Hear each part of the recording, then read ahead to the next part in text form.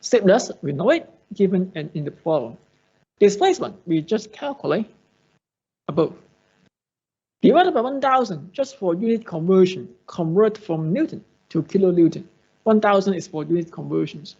So we found that the equivalent static force that gives the structure the same displacement is equal to 149.7 kilonewton. After finding this equivalent static force, we can treat this structure as a static problem, equivalent static system. We can treat this as a static system. For static system, then it becomes easy. The force is now equal to 149.7 kilonewton. For static, you can directly apply equilibrium equations. You can find out the base shear force. You can find out the overturning moment easily, right?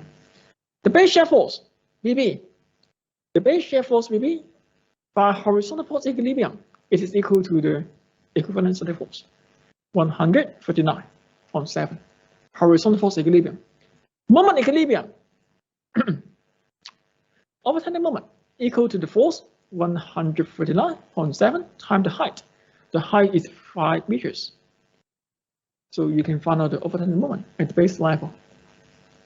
So this is the idea how you can calculate the force using our dynamic response. Okay. If you know the force, then you can design the structure or check the stability of the structures to see whether failure occurred or not for this given one-story building. You may also go one step further. Say, for example, you can evaluate the column shear force.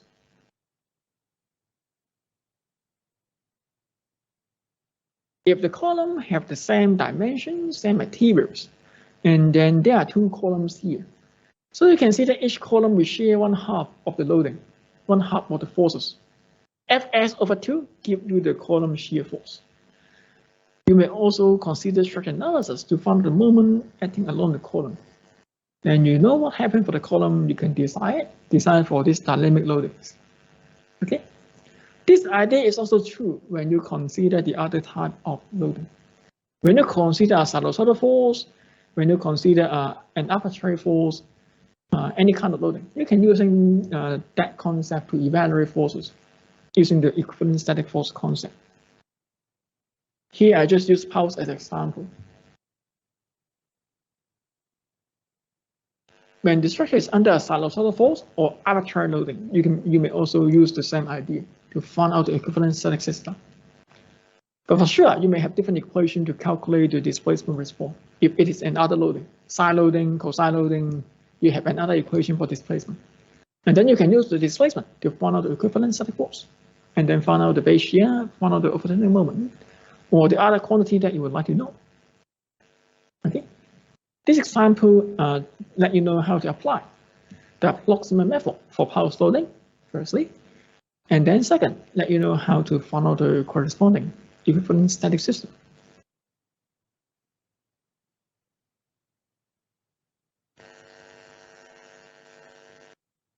Example 2. Example 2 is one structures, a single degree of freedom system. You know the mass, you know the stiffness. I just arbitrarily give you some number. Mass 0.2533 kg, stiffness 10 Newton per meter.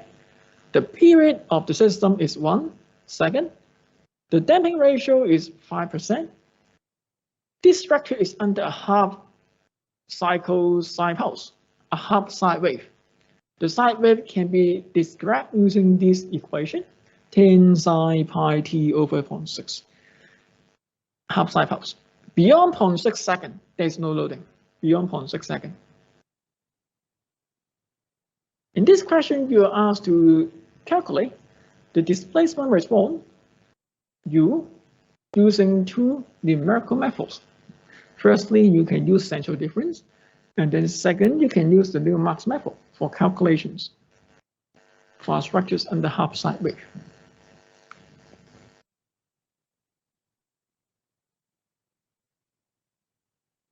This question is quite similar to the assignment 2 question 3 that I showed you after the break. You can build a spreadsheet based on the nodes and then change the force. Then it will give you the new displacement automatically.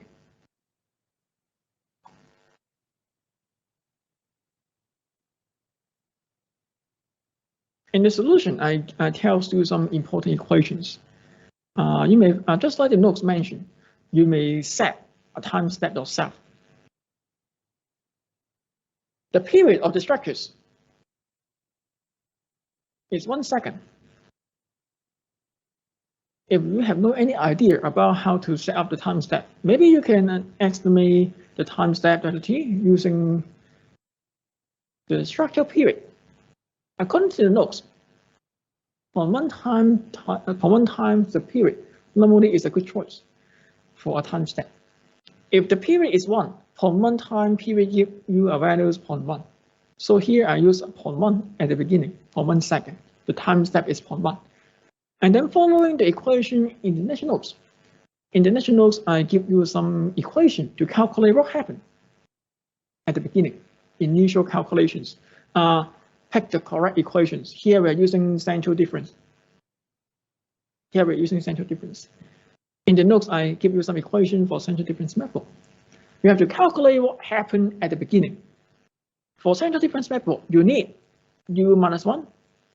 You need U0 to predict U1. Right? You need 2 points to predict the next response. So here, given the mass, given the stiffness, given the damping coefficient, given the initial conditions, the structure is initially at rest. At rest means at time equal to 0. There's no displacement. There's no velocity. And also no acceleration. So that's why U0 is 0, U dot 0 is 0. No displacement, no velocity at the beginning. And also no acceleration. And then you can use this special formula, U minus 1, to calculate what happened at time step minus 1. Something happened before time 0. You can use the displacement, velocity, acceleration at time equal to 0 to calculate U minus 1. Fortunately, it is equal to 0 in this problem. And then calculate K hat A, B based on the central difference method equations.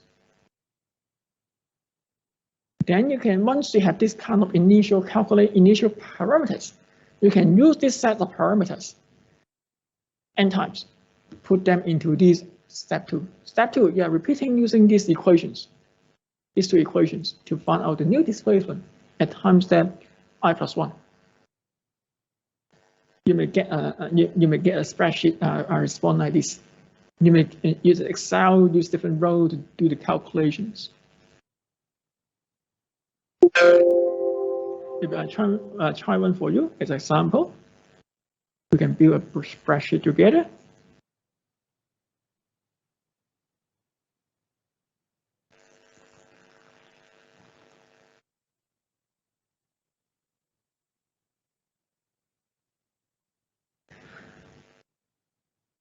As mentioned in the notes, you can use computer programming techniques. If you like, you may prepare your C++ program or Python program yourself.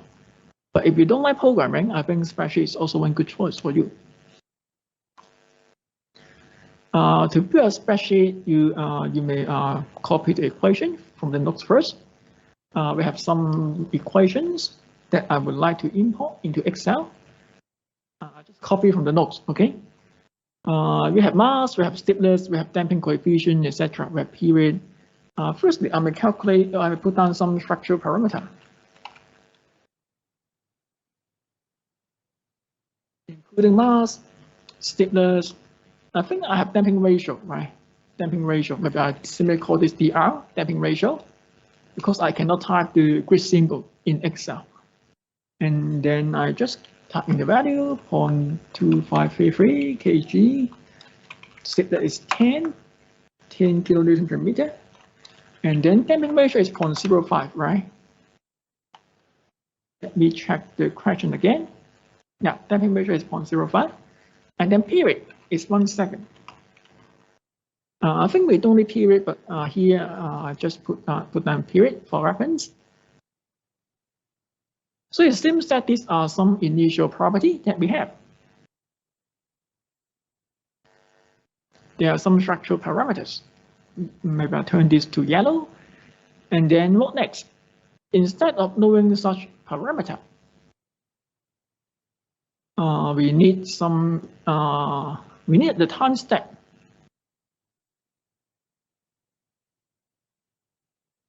Time step is a very important thing. Maybe I use another color for time step. Maybe I use green. Time step, delta t. I set this equal to 0.1 in the solution. Okay, this one is up to you. This one, if you like, you may try another value, even smaller, 0.01 or 0.05. But in the solution, I use 0.1 as example. And then what next? You need to calculate. Oh, you have to calculate one more things. You have to calculate the damping coefficient C. Damping coefficient C. And the questions are here in the solution. You can find out the damping coefficient C, or you may calculate yourself. Because according to the notes, damping coefficients is equal to what? Is equal to 2. Damping coefficients is equal to 2 m omega. I have to type omega here. Omega n times damping ratio. In the problems, you know mass, you know frequency, right? Frequency can be calculated using mass and stiffness. And then you know damping ratio. So actually you can calculate damping coefficient yourself using the previous values. What is frequency? Frequency, natural frequency, omega n is equal to square root k over m. Or you may calculate using stiffness, using period. 6 point something. Damping coefficient C is equal to 2 times mass times frequency times damping ratio 5.15 something per meter. Okay. So first we find out some initial parameters for your calculations, and then you adjust your time step yourself. I use 0.1 right here. And then we have some initial conditions.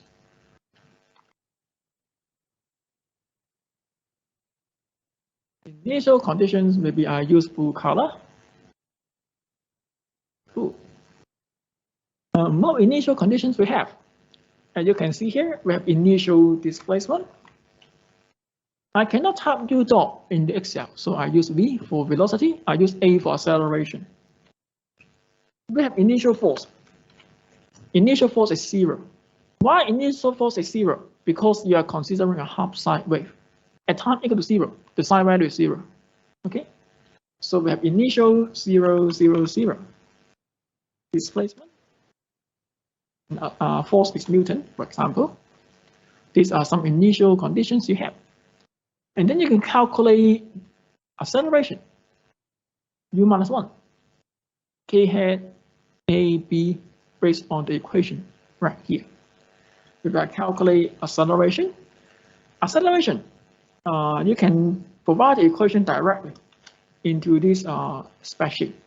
You may calculate this value yourself using your calculator and put it, or you may use equation. Here I prefer to use equation because sometimes it's not 0. Sometimes it's not 0.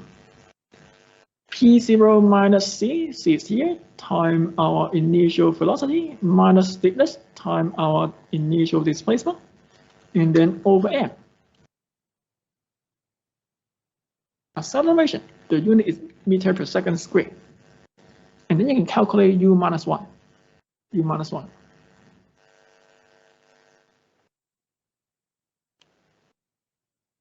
U minus 1 based on this equation.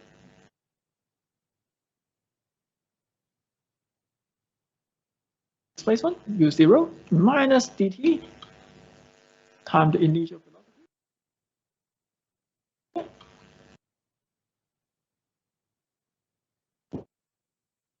Our acceleration is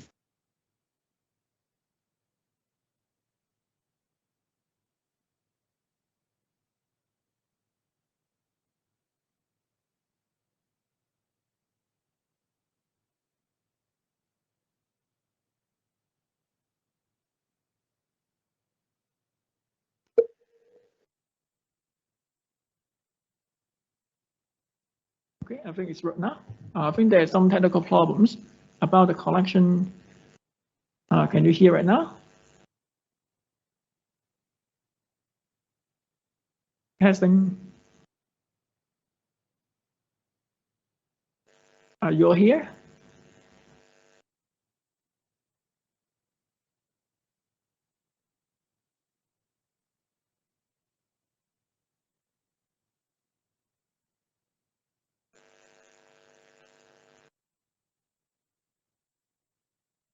Okay, thank you. There are some collection problems.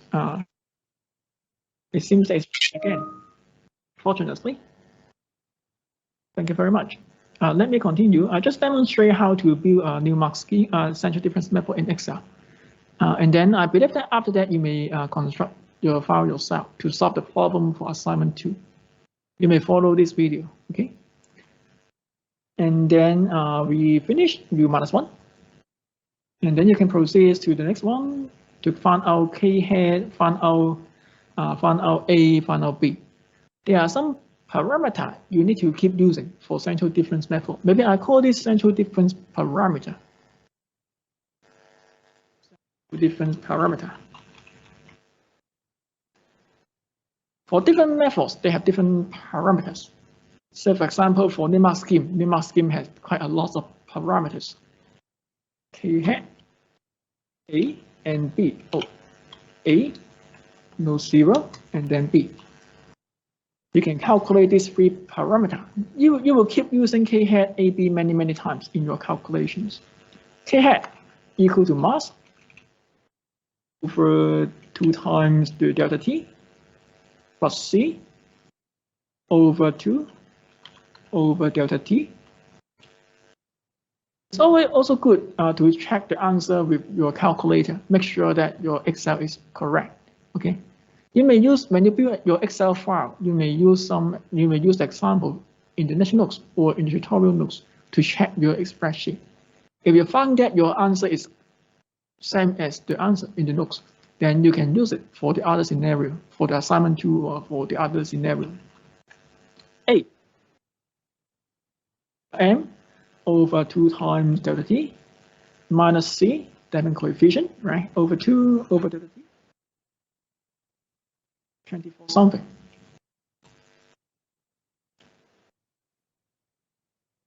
This one is equal to stiffness, K.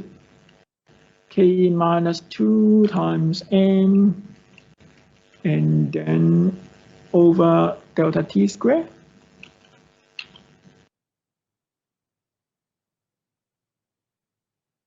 Minus, oh, I typed the wrong symbol.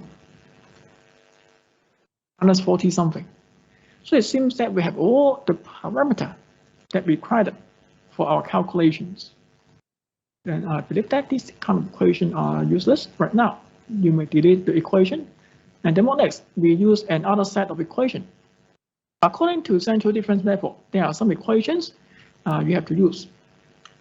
There are 2 equations we have to use in central difference method. These 2. Firstly, we calculate P hat, and then we calculate U plus 1. Central difference method is relatively easy because there are only 2 key equations. About the key part, calculation part.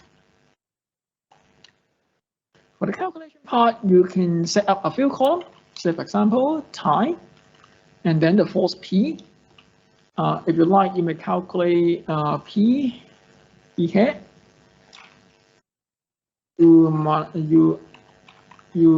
minus 1.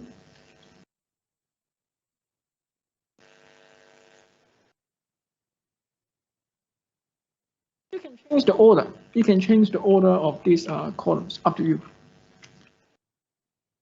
I just arbitrarily arrange their order. So I think these few columns are sufficient. If not sufficient, you may add new column yourself. Time is equal to 0 at the beginning. And then the next value is equal to the previous value plus. In Excel, you can drag this one dot right, at the bottom right-hand corner of these cells. You can drag these cells downward and then copy the column along the whole column. But you can find that there are some error. Why there's error? Because in Excel, when you copy the formula to the next row, you can see that the cell will also change with the boxes. So if you want to keep some parameter remain unchanged, say for example here in the equations, we want to make sure that the cell for dt doesn't change. We want this cell B9 doesn't change. Then what we can do, you can lock these cells by using this dollar symbol. By using this dollar symbol, which means lock the cell.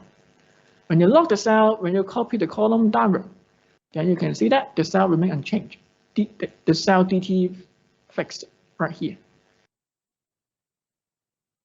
So you can use this copy and paste to depends on your target time instant. Here I just test up to 2 seconds, for example. You may go further if you like. False. False, I give you the false value in the notes. You know the false function. This is a nice function. You may use side function in Excel. But sometimes, just like assignment 2, you can find out the coordinate yourself and then put it along this false column yourself. If the false function is not, there's no formula for the false function, then you can find out the coordinate yourself and then directly input into this Excel file. Say for example, the false is equal to 10 times psi pi times t over 0.6.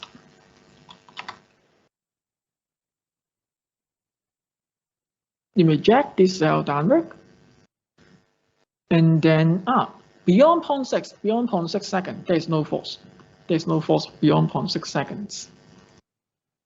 So this is our false column. We have values on the first few rows and then 0 beyond 0.6 seconds. Beyond 0.6 seconds.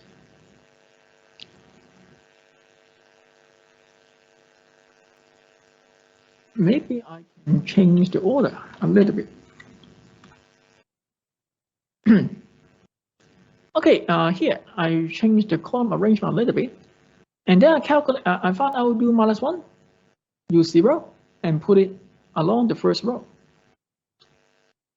At time equal to 0, ui minus 1 means u minus 1. U minus 1, we just calculate about u minus 1 equal to this number. U0. They are the two initial conditions that we considered before. Okay, u minus 1 and u0. You can use u minus 1 and u0 to calculate p hat. You can use the previous values to find out p hat. P hat is equal to p minus a times ui minus 1 plus u0. But actually, when you build a spreadsheet, you just need to make sure that the first few rows are correct, and then you can copy the whole column using copy and paste. So just check the first few rows, make sure that they are correct, and then you can duplicate the equations downward. Ui plus 1. One thing I forgot to mention is, when you do this calculation, again, you have to lock the cell. Make sure the cell corresponding to E9 doesn't change. Use the dollar sign to lock the cell, and then make sure that E10 also doesn't change when you copy the equation downward. Okay. Ui plus 1. According to the equation, ui plus 1 is equal to p hat over k hat. This here, k hat is here. We don't want k hat. We lock the cell for k hat. So we have the first row. You can check with the answer to see whether they are correct or not. Okay, once you build your formula. The first row is quite special because some value u minus 1, u0 are calculated above. So the second row represents time equal to 0.1 second. Along this row, ui minus 1 is equal to the cell above, right? In the previous time step, ui becomes ui minus 1 on the next row. Ui here is equal to the previous ui plus 1, okay?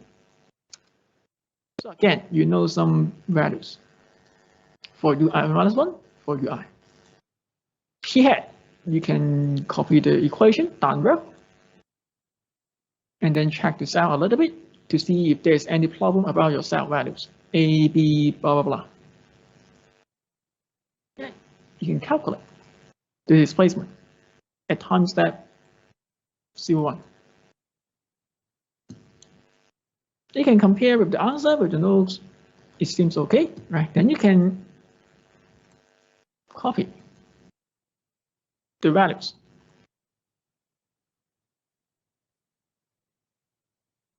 In the notes, I think I just show you up to, in the notes, I think I show you up to 1 second.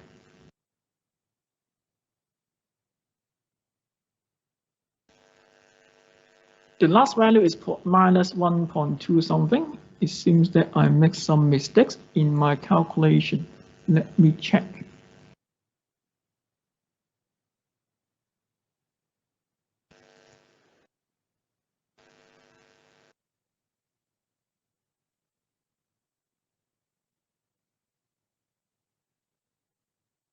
The loading correct.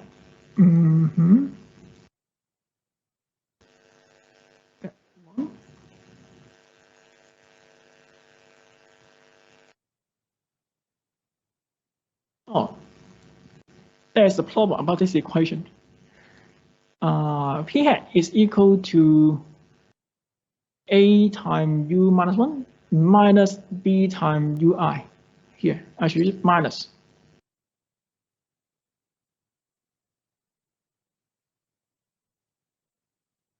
And then I check with the answer in the notes. The last value is minus 1.294. So the answer is exactly equal to what we make in our PowerPoint. So if you have a problem, then you need to check your formula one by one. But at least you can compare with the answer in the notes. Oh, can I copy the picture? Yeah, this is the table that you found in the PowerPoint. Once you build your model, you can check your answer with the PowerPoint. Make sure that they are correct. The last value is what, minus 1.294. Okay. Then how to consider some new loading? If you want to consider another type of loading, you just change the force column. You can change this to a side force, rectangular pulse, earthquake, whatever. Okay. So actually, you just need to build your spreadsheet one time, and then you can use it forever.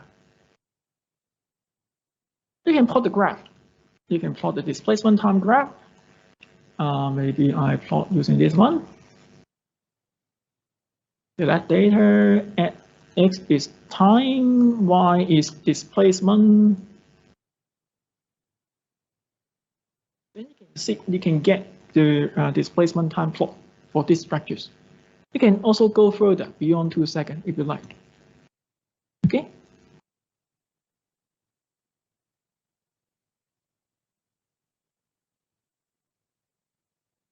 This is how you can build a simple model. When you go back to the lecture notes, to the tutorial notes, yeah, this one. You can compare with this answer once you build your Excel spreadsheet, and then you can plot the displacement response. That is what I asked you to do in assignment 2. In the notes, I also give you one more method using Newmark's method. If you like, you may also try this method yourself. Newmark's method I did not ask you in assignment 2. Assignment 2, I just asked you to use central difference method. This one, okay, a more simple version. But in theory, Newmark's method, you may also follow the same approach. Build a spreadsheet for Newmark's method. But Newmark's method involves more parameter, A1, B1, A1, A2, A3, and also there are many equations to update in Newmark's method. So when you use Newmark method, you should pay great attention about the implementations, because there are more columns. There are more columns in Newmark's method. You have displacement, you have velocity, you have accelerations. Okay, there are more things.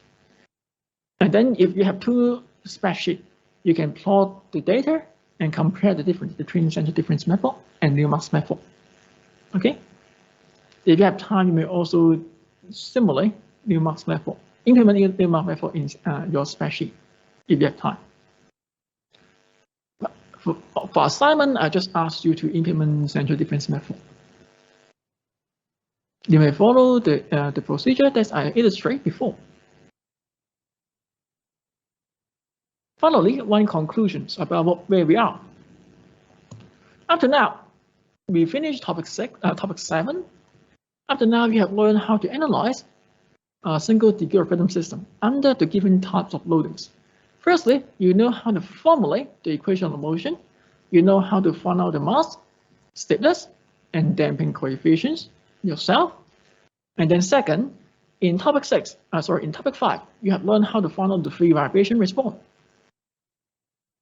Topic 6, we have firstly learned how to find out harmonic excitations, UST, RLD, psi function. You have learned how to find out a sinusoidal response, structures under a sinusoidal force.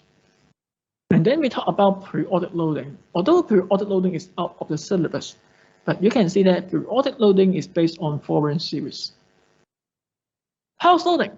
Pulse loading, you can use the approximation method that I showed you at the beginning of this tutorial notes. You can use approximate analysis to handle pulse loading, as long as it satisfies one conditions. Short pulse.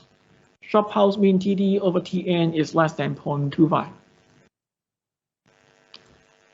If it fulfills this condition, you can use this simplified method.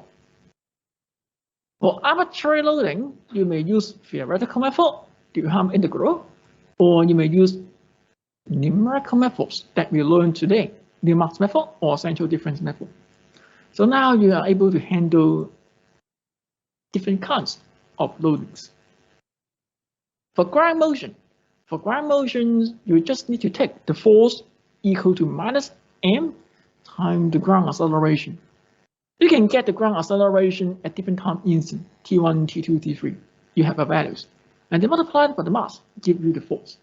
If you know the force, then you can use the previous method to find out the response of the structures. If the ground motion is a simple psi function, then it becomes harmonic excitations. If the ground motion is arbitrary functions, then you may use numerical methods to find out the displacement response. So at this moment, you know how to handle single degree of freedom system under almost all scenarios. The next chapter, we will extend our idea to multiple degree of freedom system, which means if you have a 3-story building, then you will have 3 mass. We will discuss how to handle the so-called multiple degree of freedom system in the next chapter. Finally, you will find that you also need the idea of single degree of freedom system. If you want to solve a multiple degree of freedom problem, you also need to know how to solve single degree of freedom system. You will know how to do it very soon. Once you know the response, displacement, you can use it to estimate the force using the equivalent static system concept. We also introduced in example 1. Actually, this is the picture that we are at this moment.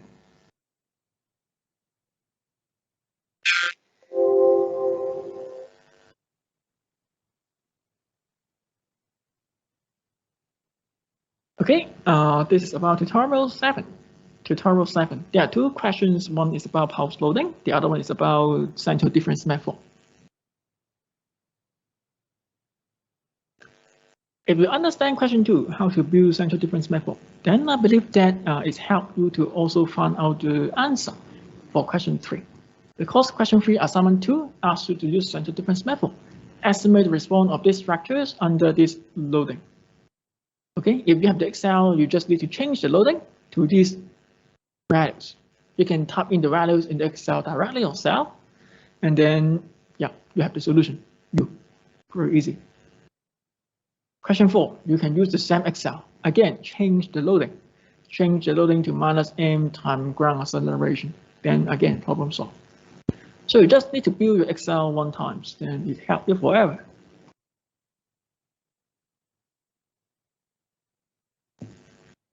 So this is about tutorial 7. Let's see if you have any questions.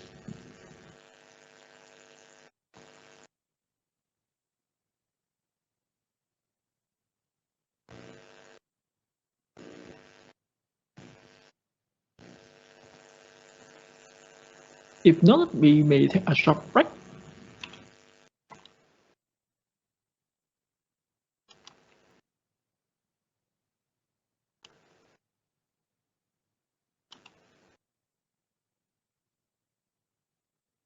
We can take a short break for 5 minutes.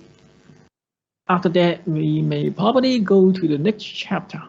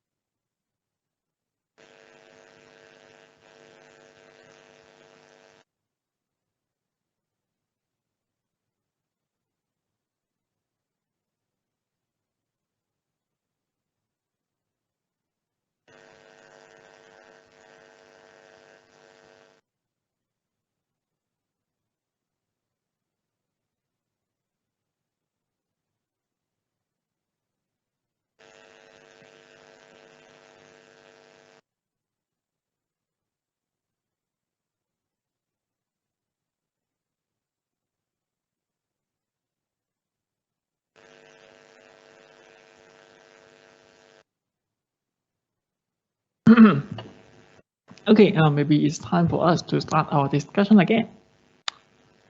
Before the break, we complete tutorial 7, involve impulsive loading and involve the numerical method.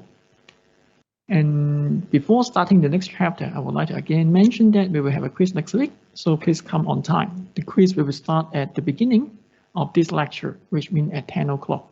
Try to reserve some time for transportations and for the other special issue. Another issue I forgot to mention is that if you like, you may also, because we will have a quiz in lecture theta 5, LT5. Personally, I think that this lecture theta is quite close. The temperature is quite low in this lecture theta. So if you you may bring some clothes if you like. Okay, the temperature is quite low in this lecture theta. But you know we can't close all the air conditioner because of the ventilation problems. So prepare yourself. You may bring one A4 paper to put down notes, example, all the things, both sides.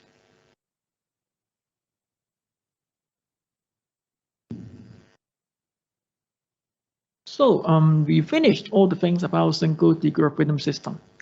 Before starting our next one, our next chapter, maybe we can have a short summary about the quiz. I've uploaded one document on Moodle about revision for quiz.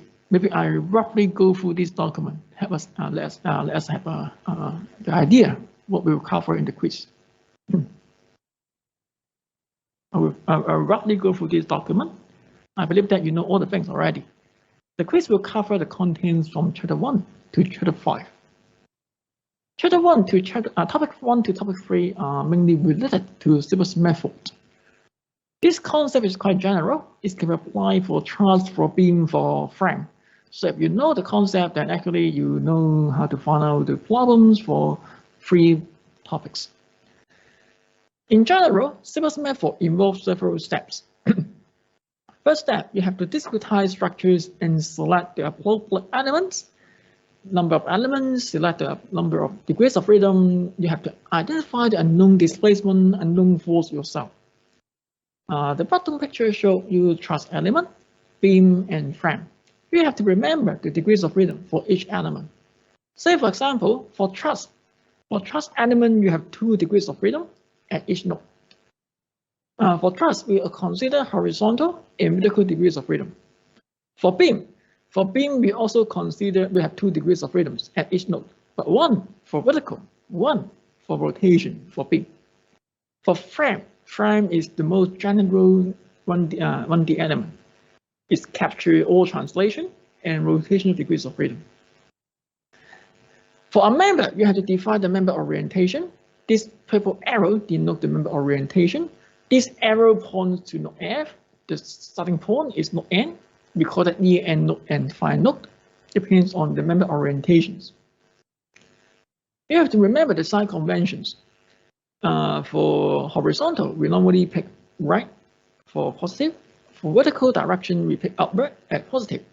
For rotational directions, we pick counterclockwise at positive for rotations. And quite a lot of students worry about the member orientation and code number arrangement.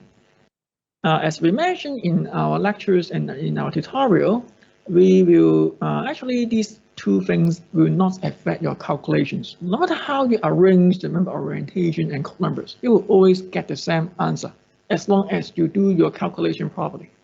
So don't need to so worry about member orientation and code number. Just use your own definitions consistently throughout the whole calculation.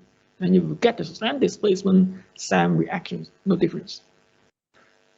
So in the picture, you can arrange code number 1, 2, 3, 4, 5, 6, or you can arrange in the other order 1, 2, 3, 4, 5, 6. Both are okay. Both are okay, no difference. It may affect a little bit about the middle calculations, how to set up the matrix, but finally, same outcomes. And then you have to find out the known displacement vector, dk, and the known force vector. Known force vector, we use the symbol qk in the notes. Normally, known force vector involves the apply nodal force, apply concentrated moment, just like P and M. they will be located inside this known force vector. If we have one force, one moment applied exactly at the node, then you need to put it into the QK vector in our matrix equations. In the notes or example or assignment, we also consider support movement, support settlement. For support movement or support settlement, they will be located within the DK vector. So read the question carefully, because sometimes we may have support movements. For truss member, we may have some additional effect like temperature change or friction error.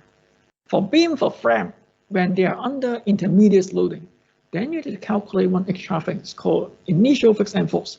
I used Q0 in our notes. For beam under UDL, not UDL, this is arbitrary loading. You have to calculate the fixed end force and fixed end moment, and then put it into the Q0 vector. This is what we discussed in topic 2 and topic 3. For truss, we have temperature change and fabrication error. If you complete assignment 1 yourself, then I believe that you know what they are. Then next part, you have to find out the element member matrix, small k. You can find out the matrix in the notes or in the equation sheet. After that, you have to combine all matrices together to form structured Sylvus matrix according to their code number. You can set up the force displacement relationship, consolidate all the information together, put QK, put the matrix, put DK, put the initial fixed force vector all together, and then find out unknown displacement first. After that, find out unknown reaction, if necessary. These are the whole procedure for Sylvus method. Same for both truss, beam, and frame elements. One concept helps you complete 3 chapters. And how to solve displacement? You may solve this directly, solve an equation directly, or you may use matrix inverse if you're familiar with matrix algebra, or you may use some technique like Gaussian enumeration to solve for the solutions, the roots for these equations. You can find out unknown reactions, and then sometimes you may need to know member actual force or member force. To give one example, for truss, suppose we have a truss structures, a big truss. This truss structure is under temperature change, under support movement, and we have 2 applied loading, P and Z. So it seems that there are 4 effects applied on these structures. Firstly, you may put down the 4 displacement equations right here. Later on, you have to find out the matrix yourself, the Sylvus matrix yourself. But here I put them symbolically. And according to this picture, we have totally 1, 2, 3, 4, 5. We have 5 nodes. Each node we have 2 degrees of freedom. So in total, we have 10 degrees of freedom. That means we have 10 code numbers. The code numbers should range from 1 to 10. Where should we start to assign code number? You may assign the code number following the textbook method, or you may assign the code number arbitrarily. This is up to you. The solution here, I follow the textbook method. I assign degrees of freedom from the unknown displacement first. In these structures, 2 nodes on the left-hand side, they are support. Support means there are no, the values of displacements are well defined at the support. So according to the textbook suggestions, you assign code number at position with unknown displacement first. So here we start to assign code number from the remaining nodes first. I start from here. 1, 2, 3, 4, 5, 6. 1, 2, 3, 4, 5, 6 are the displacement, unknown displacement, something that we would like to evaluate for these truss structures. So I put it 1, 2, 3, 4, 5, 6. 7, 8, 9, 10, they are known displacement. What is D7? According to the picture here, D7 is under a support movement. the support movement is going to the left-hand side. Left-hand side means negative. D7 is minus D, because from the picture you can see that the movement is going to the left, opposite to direction 7. D8 0, D9 0, D10 0. So like here, you can firstly put down all the displacement symbolically, D1, D2, D3, Dn, and then fill in the blank, find out their numbers. Some are known, some are known. And then you can find out what is Q, right? Q1, what is Q1? Q1 means the concentrated force applied along direction 1. That is known. Q2, no. Q3, no. Q4, minus P. Q5, EZ. Q6, 0. Q7, oh, the reaction. Reaction is unknown, right? So you can do this one by one, find out the known force vector if you like. You may do it this way. Q0 is talking about the temperature change effect for truss structures if it is under temperature change, delta T. Then you have to calculate the initial fixed end force according to the formula given in the form equation sheet. And they are corresponding to the code number 9, 10, 1, 2. You have to put that properly at the correct row, correct positions. And finally, you can set up our force displacement relationship in a manner like this. You are missing the Sylvers matrix, so here you have to evaluate the Sylvers matrix yourself. This example just illustrates how you can get the information for truss structures. This concept can be also extended to beam or frame. But you know this question is out of the scope of this module because there are too many unknowns. I cannot ask you too many unknown displacement for the, in the quiz or examinations because of the time constraint. For the quiz or examination, I mentioned that I can only assess you up to 3 unknown displacement, okay, because of the difficulties and the time constraint. But anyway, this example just let you know how to play with force, how to play with support movement and temperature change. Help you refresh your memory. Assignment 1, question 1. You may also go back to assignment 1, question 1. I have uploaded the solution on Moodle. These questions involve basically all kinds of external effects. Right? In assignment 1, question 1, you need to formulate a problem, a truss problem, with applied force, with support movement, with temperature change and propagation error. So if you know how to answer assignment 1, question 1, then I believe that you know how to deal with this kind of effects. When I checked the assignment, when I grade the assignment, I found that most of the students are able to formulate the equations, but sometimes they have some problem when they solve the equation. They get a different answer, D1, D2. So just do the, you might double check your answer several times if you have some extra time during the quiz or examinations. Solving equation is just testing your math techniques. But at least if you know how to formulate the equation, that is good enough. In the quiz, I will give you some step marks. So if you don't know how to do the questions, at least you put some equation. Do not empty all the questions. If you empty your questions, I cannot help you. Okay, put some equation. At least I can give you some step marks. Do not empty all the questions. For beam, we follow similar procedures. You define the degrees of freedom, assign the code number, and then you find out what is QK, DK, find out the initial fixed end force vector, Q0, just like what we mentioned before. For beam, you have different approach to arrange the code number. Approach one here is just follow our textbook method. We divide this into 3 elements. And then according to the boundary conditions, we found that degrees of freedom, the rotational degrees of freedom, at the root supports at the middle, involve unknown displacements. So if you follow the textbook method, we will arrange these 2 unknown displacements first when you assign the code number.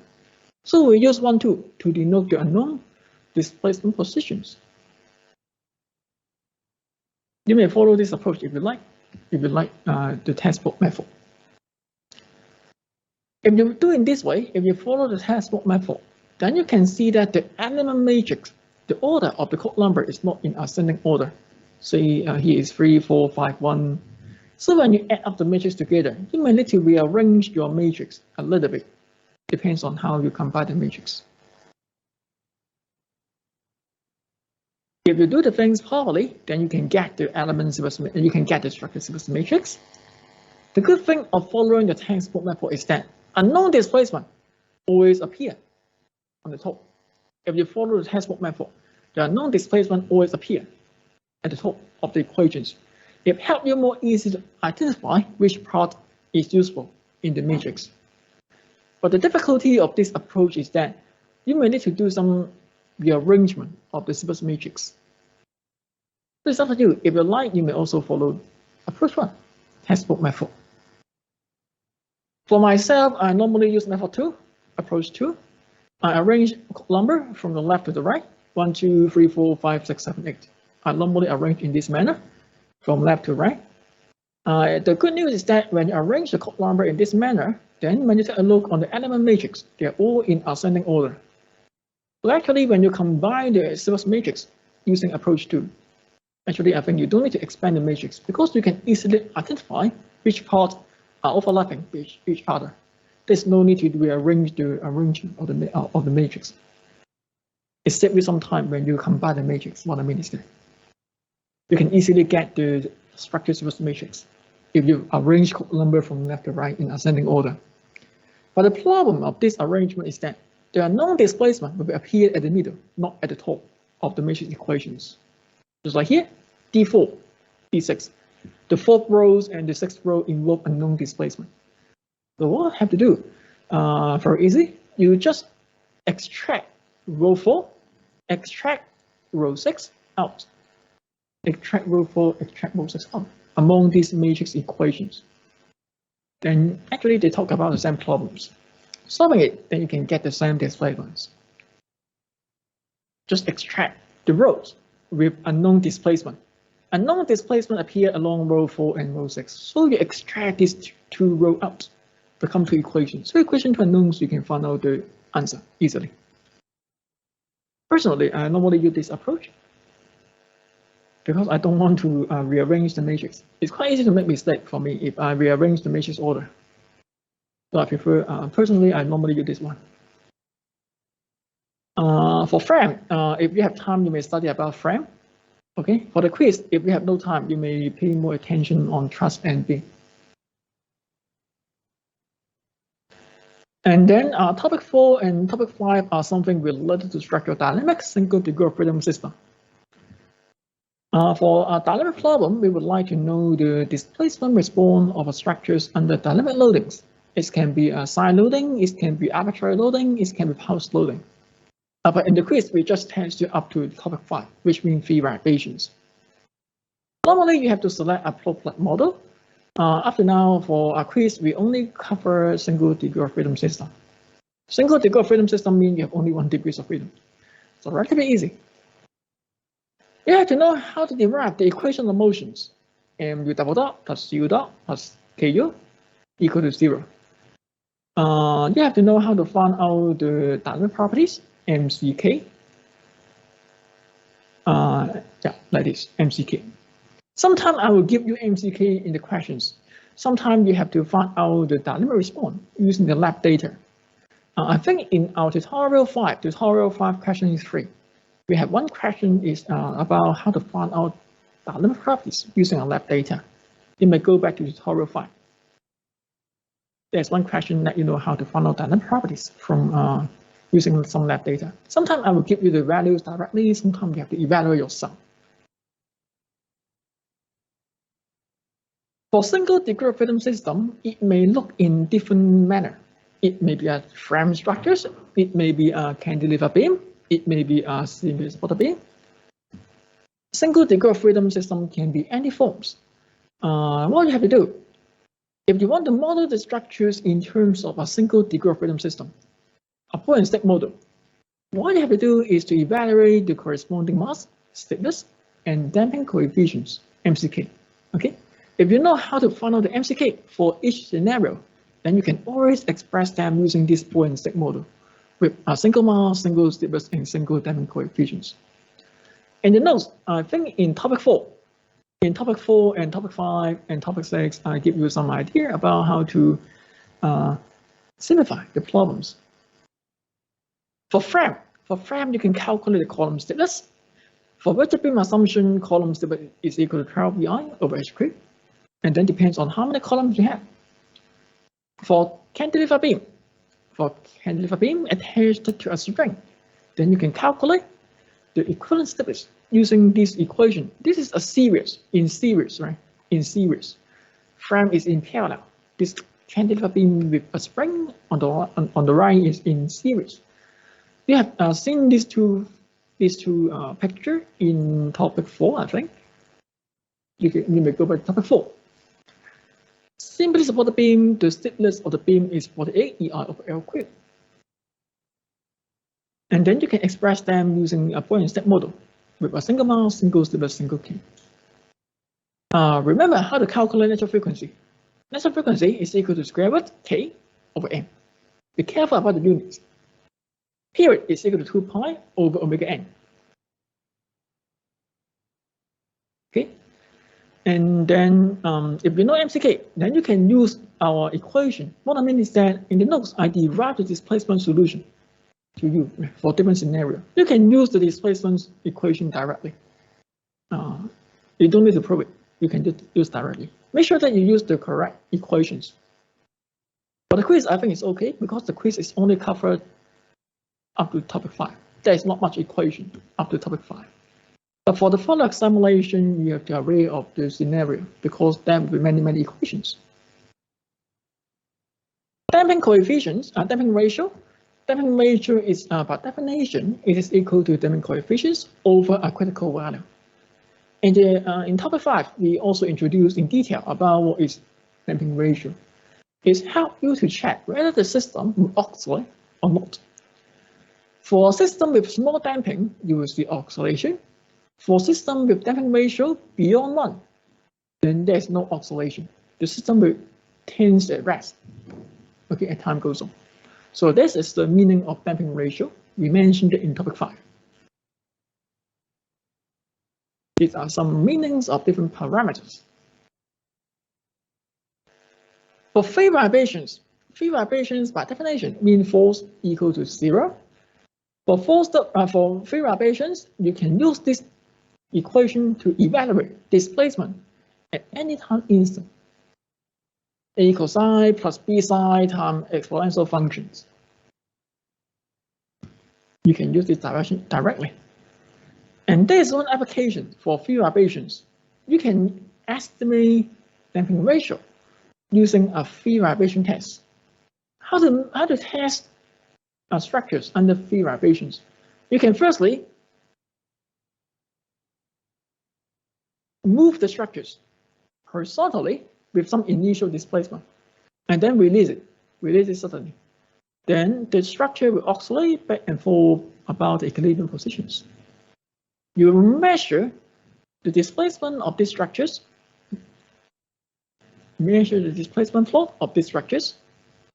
By using the displacement time plot, you can estimate damping ratio, you can estimate stiffness, you may also calculate mass, depends on what information you have, right? We mentioned also in our tutorial sections.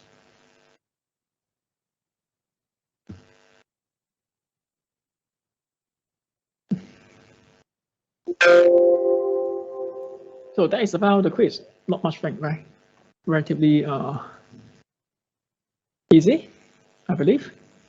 The concept is easy, but the calculation may take you some time, especially when you deal with matrix.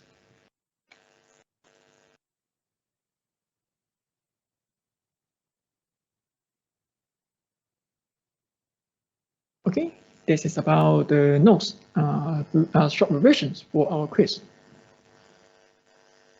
Again, try to answer as much as possible. Do not empty the questions. At least put something for each part. When you answer the questions, put down the question number clearly. What I mean is that put down question 1A, question 1B, question 2A, question 2B, this kind of label clearly. Because in the past, some students just put down question 1, and then that's it. It does not indicate which is part 1, which is part 2, which is part 3. That is quite difficult for me to mark your paper. What I mean is that it's quite easy for me to make mistake when I allocate the marks to you if you do it this way. Try to put down the question number clearly. Question 1A, question 1B, question 1C. And this is all I want to mention.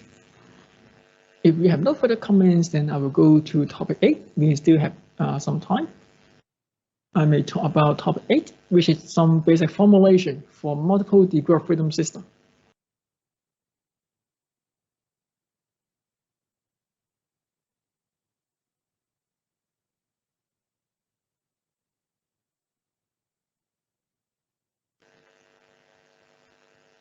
This one is a relatively short chapter. Just talk about how to formulate multiple degree of freedom system. We will talk about how to solve it in the next topic.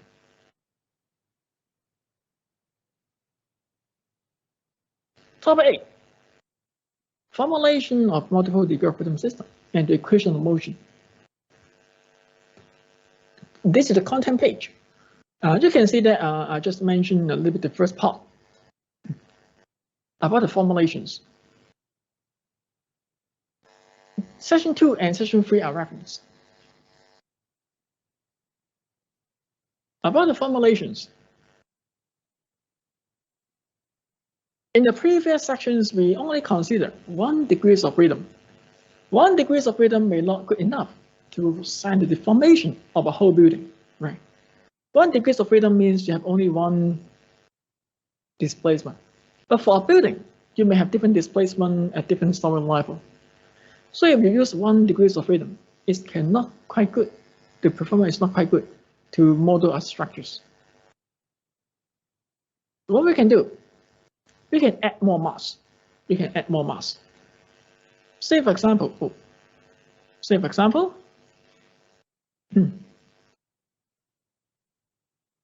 you can allocate mass at each story level. Then it becomes a 3 degrees of freedom system. For each story level, you can allocate 1 mass at different level. If you have 10-story building, then you have 10 mass. If you have 100 story, then you have 100 mass. Okay, using similar concept. It's the basic idea of multiple degree of freedom system, MDOF. MDOF means you have more than 1 degree of freedom. It can be 2, it can be 3, it can be 4. Okay. You can present the structures more accurate in this case. Then how to model our structures? Well, there are different modeling techniques. I can say in this way. There are different modeling techniques to model our structures. In the picture here, I just use 1 degree of freedom at each story level. This is the most simplest kind of modeling method, using only 1 degree of freedom at each level. This is the most simplest version.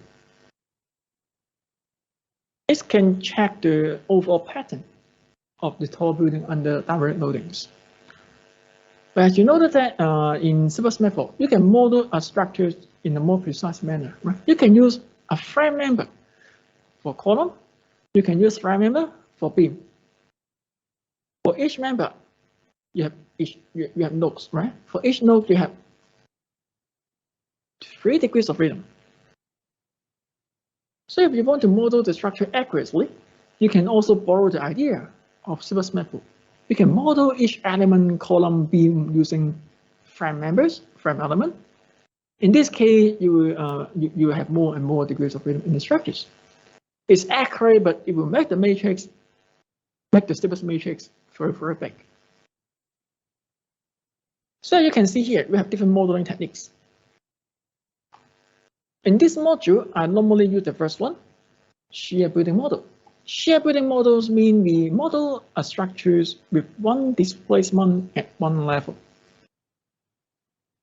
It's simple, but also let you know how to deal with multiple degree of freedom system. The second method, finite element method. finite element method, just like what I mentioned. You model a beam using a frame member, model column using frame member. You have many degrees of freedom at each node. It's also workable, but the problem size become too big. The problem size become too big. We cannot deal with this problem using hand calculations. Normally, it's relying on using computer software. So in this module, we consider the most simplest model, shear building model. We model 1 degree of freedom for each story. It's good enough for you to understand what is the multiple degree of freedom system. If you want to know more, you may read the dynamic textbook. It will also show you some idea about using finite element. Shear building model. So in the following sections, I will roughly go through how to formulate the stiffness matrix, mass matrix, damping matrix for shear building. I start from 2-story building. For 2-story shear building, we have displacement, horizontal displacement at each story level, U1, U2. And then we have mass 1, mass 2 at level 1, level 2. We have damper 1, damper 2. Similarly, you have stiffness 1, stiffness 2, although I did not put down here. We have force 1, P1, and P2. 2-story building. You can, when you derive the equation of motion, you may use Newton's second law. Newton's second law mentioned that you can set up the equation net force equal to ma. Newton's second law, net force equal to ma. When you apply Newton's second law, we apply Newton's second law at the mass level. We have 2 mass. We have 2 mass in these structures, so you have to apply Newton's second law 2 times. You may firstly apply Newton's second law at mass 2. To make things clear, I isolate mass 2 out. Mass 2. Mass 2, you can see that it is under a dynamic force, P2. P2 is external dynamic force. This dynamic force is balanced by 2 resistance. One is due to stiffness, one is due to damping effect. I call this Fs2, Fd2. One is due to stiffness, one is due to damping. The difference of them give you Ma. This is Newton's second law for mass 2. You can use the same concept to derive the equation for mass 1. For mass 1, mass 1 looks complicated because you can see that when mass 1 displays horizontally, it will mobilize the column below and also mobilize the column above it. So when you consider mass 1, when mass 1 displays horizontally, there will be resistance provided by the column below and the column above it. That's why you can see blue arrow and you can see green arrow above and below mass 1. But same concept. Newton's second law, net force equal to Ma. External force, P1, minus the resistance, the total resistance provided by the elastic components and the damping components, Fs, Fd. Then the net force equal to Ma. Same concept. So you have 2 equations of motion for these structures, 2-story building. You can extend this idea to n-story building. N-story building, you have n equations.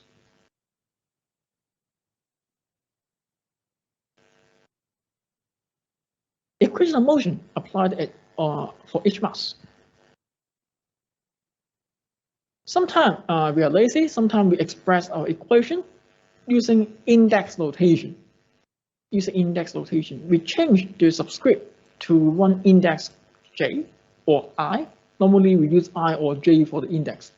J change from 1 to 2. This is a general index notation. You may express using index form rather than put down 2 or 2 times the equations. It's quite convenient if we have high-rise structures, if you have 10 or even more stories. Or you may put in matrix form. For calculation, matrix form is also convenient. Force vector equal to the mass matrix times acceleration vector. plus damping force vector plus elastic force vector. Let me express using matrix form. In this module, we use matrix form. Force equal to mass matrix. This is the mass matrix. The mass matrix. In this equation, we know the force vector, we know the mass matrix. What about damping? What about stiffness? In the following slide, I will let you know what is the stiffness and damping matrix. Again, I will not test you how to derive the equations, so you can use the outcome directly. But at least I would like to let you know how to derive the equations, make you know more. How to find out FD and Fs? We find out Fs first, the elastic component. The elastic component is we consider elastic many times in our previous study. So this term elastic force is more easy to understand. And then you can extend the concept to damping. The stiffness component, the elastic components. What is stiffness force? Stiffness force just like a spring force. A spring force depends on what? A spring force depends on the spring constant, right? The stiffness, and also depends on the elongation. One thing is that when this spring is not fixed on the wall, if the spring is attached between 2 points, then you have to find out what? You have to find out the relative deformation of the spring. So for example, this is U1, this is U2.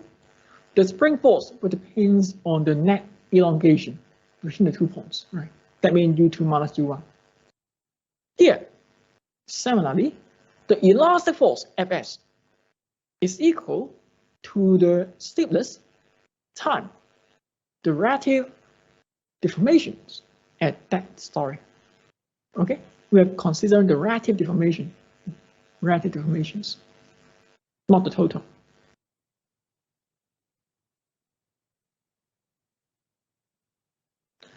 So according to the formulations, Fs1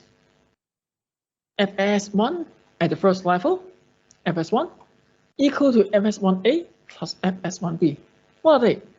Fs1a, Fs1b are shown on the previous slide here.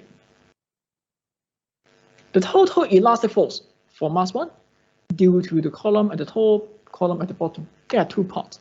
One comes from the upper side, one comes from the bottom side. Sorry, one not complicated because it will mobilize the column above and below it. Okay. Well, the column, the component above mass 1, Fs1, the component above column above mass 1, the value is equal to K2. K2 is the natural stiffness at the upper level. At the upper level is level 2. Level 2, there are 2 columns. I believe that you know how to calculate the lateral stiffness. If you have 2 columns, then column stiffness is equal to 12 EIC over HP for rigid beam. Rigid beam assumptions. The column stiffness is equal to 12 EI over HP, and then times the number of columns you have. If you have 2 columns, then you can multiply the factor by 2. Okay. You can find out K1, K2 easily using our rigid beam assumptions. Fs1 A is equal to the stiffness K2 times the relative deformations U1 minus U2. Because the force above mass 1 depends on stiffness for this upper part and depends on the relative displacement between level 1 and level 2. So we found the difference here. This is the force above mass 1. Fb, F1, Fs1b is the force below mass 1 under considerations. Fs1b is more easy because the bottom part is the ground. Ground is fixed, no movement. So you can see that Fs1b depends only on U1, not U2. Okay. The second part is more easy to understand and depends also on K1, the total stiffness at the first level. So we arrange this equation a little bit. The elastic force for level 1 is equal to K1 plus K2 times U1 minus K2 U2. You can do the same thing for the second level. At the second level, the mass 2 level, when mass 2 displays horizontally, it will only mobilize the column at level 2. Level 1, no effect.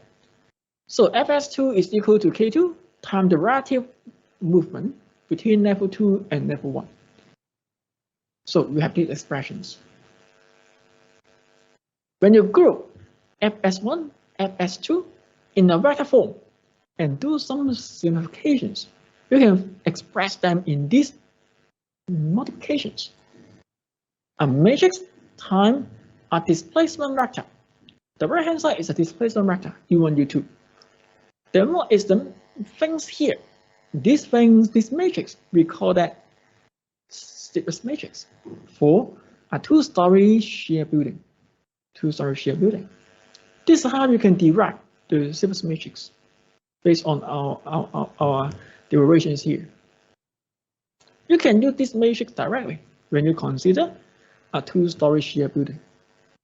For three-story building, you may need to derive yourself. Again, same for 4-story, 5th-story, and so on. You can use this concept to derive the general formula for shear building. I have already derived for you. You can find the equation at the middle of this PowerPoint.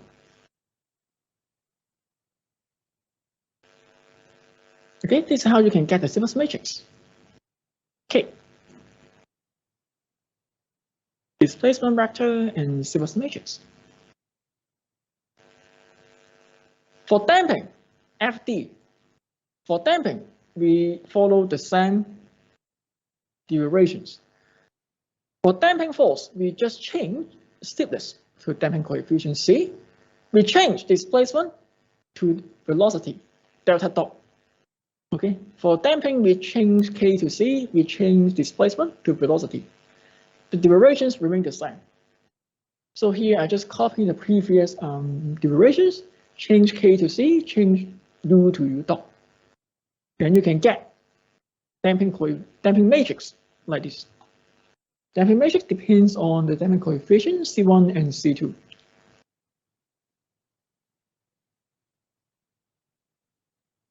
Damping matrix. Now you can substitute mass matrix, damping matrix, and stiffness matrix into our equation of motion. It becomes the equation of motion for a two-story shear building. This is the equation that you need to solve. What I mean is that if you want to know the response of this structure, if you want to know what happened at level 1 and level 2, find out what is the movement for U1 and U2, then you need to solve this matrix equation. Matrix differential equation, maybe you can think this way, is a differential equation, matrix form. Not easy to solve. This is for two-story building. If you have three-story building, then you can expect that you will have 3 rows, right? You have a 3x3 mass matrix, 3x3 damping, and stiffness matrix. And you have U1, U2, U3 for a 3-story structures. You can extend this idea to n story. One simple example to illustrate how you can apply the previous equations. I have already derived the equation for you for two-story building. You can use this equation directly if you want to handle a two-story structures. You just need to find out what is K1, what is K2, C1, C2, M1, M2. That is what you have to do to formulate the problems. Consider two-story shear building. Assume that the beam is rigid. No damping. No damping means C1, C2 is 0. No damping. To make things simple. You know the column fracture rigidity. The column fracture rigidity is EIC at level 2 to EIC at level 1. You know mass 1 and mass 2.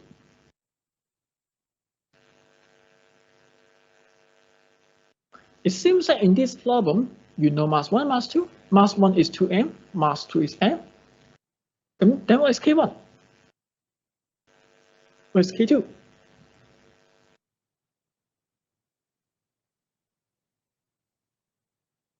K1 is equal to K times column. Is equal to K column times the number of columns. K column, the column stiffness, is equal to 12 EIC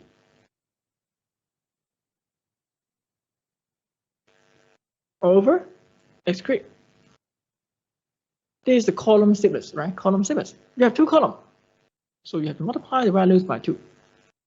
So K1 is equal to 2 times 12 Exactly. 2 EIC Into the over two X squared. vector. The second term. K2, similarly, K2 is equal to 2 times column stiffness 12 EIC over X squared. And 12, you just need to. If you know K1, K2, K2, you can put them back to the previous Sybers matrix. Then you have the Sybers matrix. You have the equation of motion. So this problem actually just asks you to evaluate what is M1, M2, K1, K2. And then you can put them back to the matrix equations. At this time, we don't know how to solve it. I just asked you how to formulate the equation. I did not ask you to solve it. But you will know how to solve it in the next chapter. Sybers, mass 1 is 2m, mass 2 is m. K1 is equal to 2 times column Sybers, K column. At level 1. At level 2, same concept. So you have the mass matrix, you have the Sybers matrix.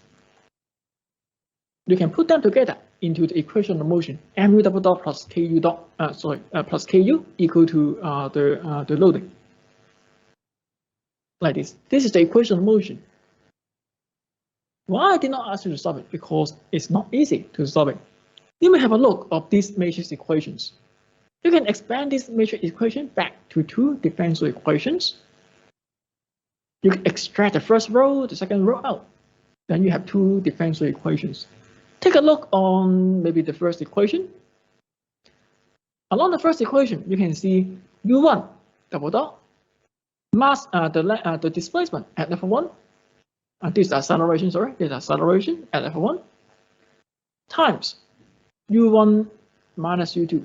U1 is the displacement at level 1. U2 is the displacement at level 2. What I mean is that in this equation, you found 2 displacements, U1 and U2. In the past, when you handle differential equation for a single degree of freedom system, in the past, you just see 1 displacement in the equation.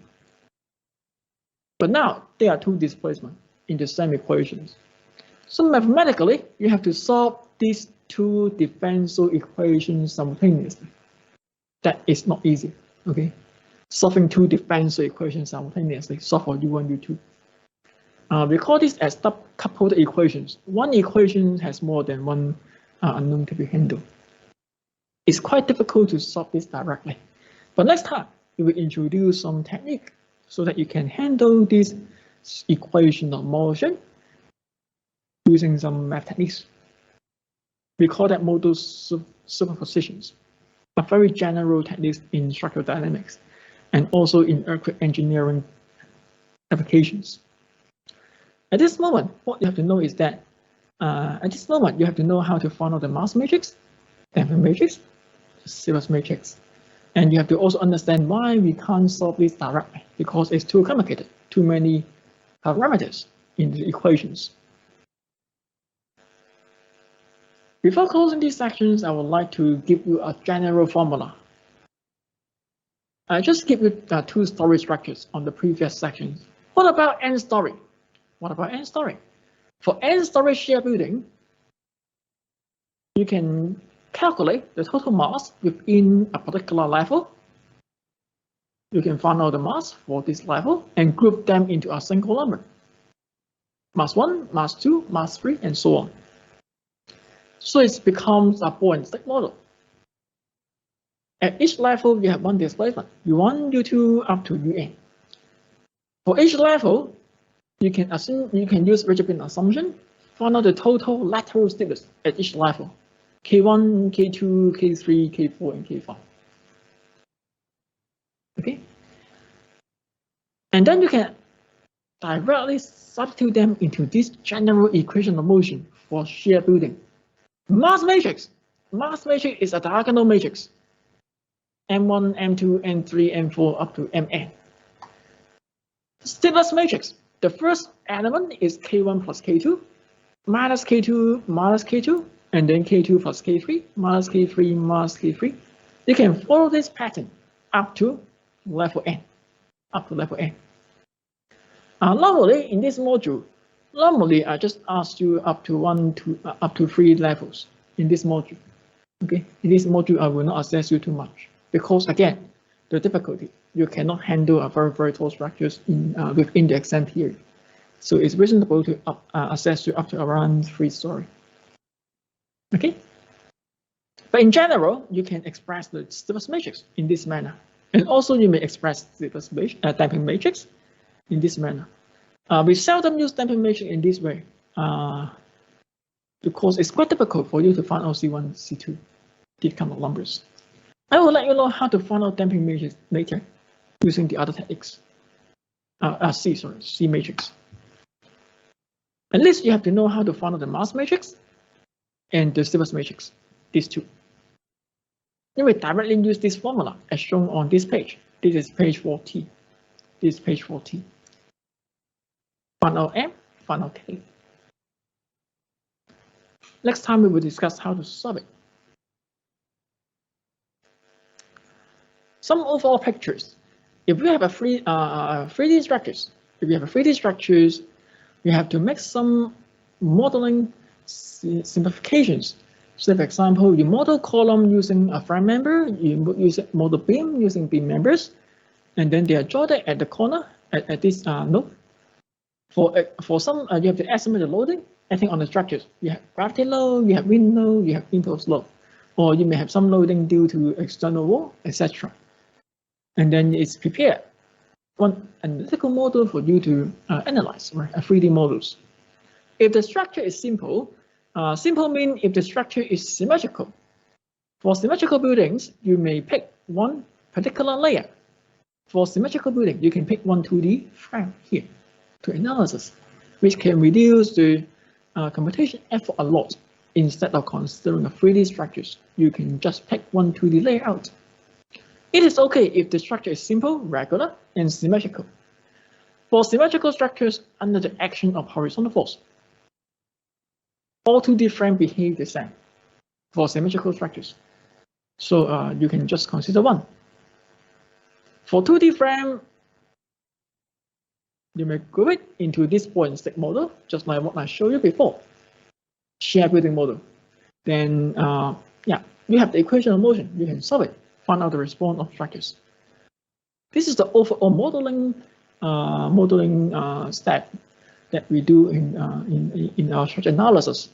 We simplify our real problem to some simple problems with well-defined support, with well-defined members, well-defined loadings, and then make some assumptions.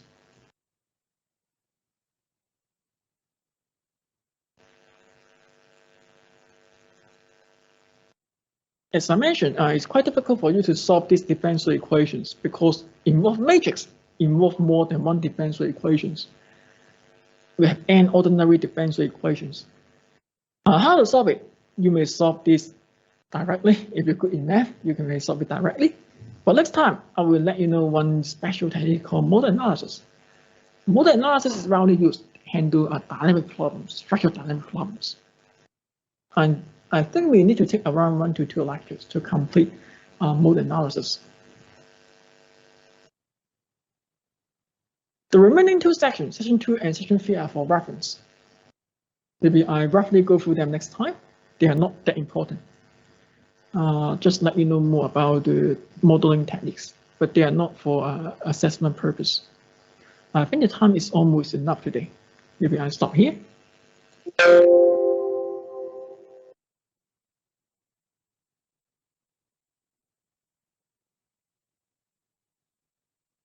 Okay, this is the thing that I want to mention today. Today we complete section topic 7 about numerical